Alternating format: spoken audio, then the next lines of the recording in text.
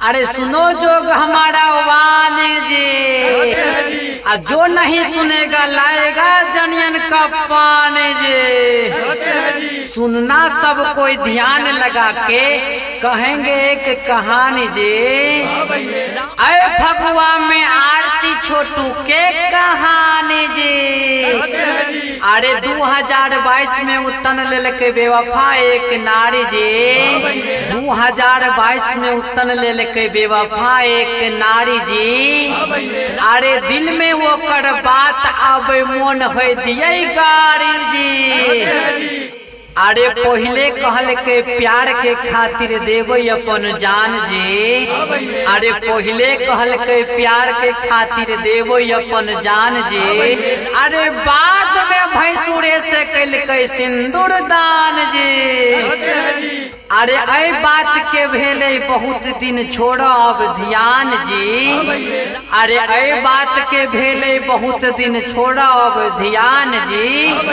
होली में रंग डालबो देख के साले जवान जी।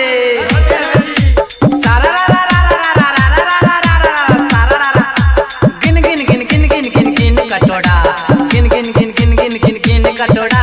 छप्पर पर फेंक दिया दूध कटोरा, छप्पर पर फेंक दिया दूध कटोरा। दूधे कटोरा में माखन लवा, दूधे कटोरा में माखन लवा। सुते उठी भोग लागे भोला बाबा।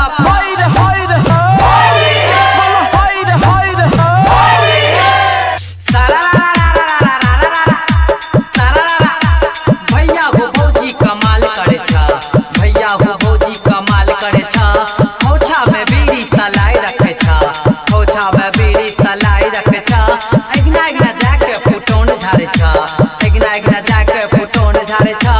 नया नया छौरा से मेल करे छा।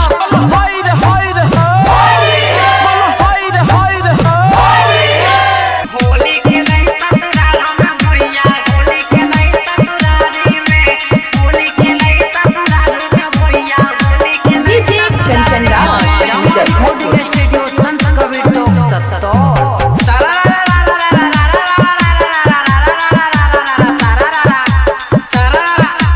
आली में माली पियाली में तेल, आली में माली पियाली में तेल।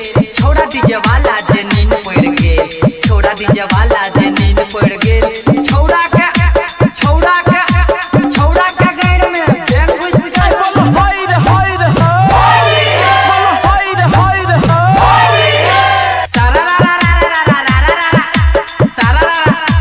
बाबा जी के हवा गाड़ी पहिया बूटेदार, बाबा जी के हवा गाड़ी पहिया बूटेदार।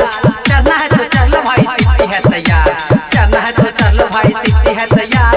बाबा जी के चार कबूतर चारों उड़न बाज, बाबा जी के चार कबूतर चारों उड़न बाज। चारों बैठे चारों पुआ चारों राशि बाज।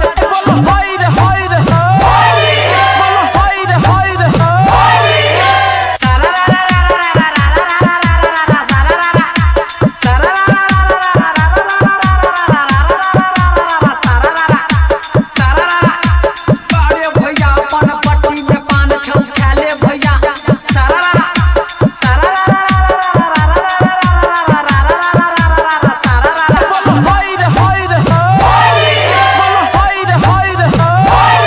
श्याम रामचंद्र की जय। मां श्यामा रिकॉर्डिंग स्टूडियो संत कबीर चौक सत्तर।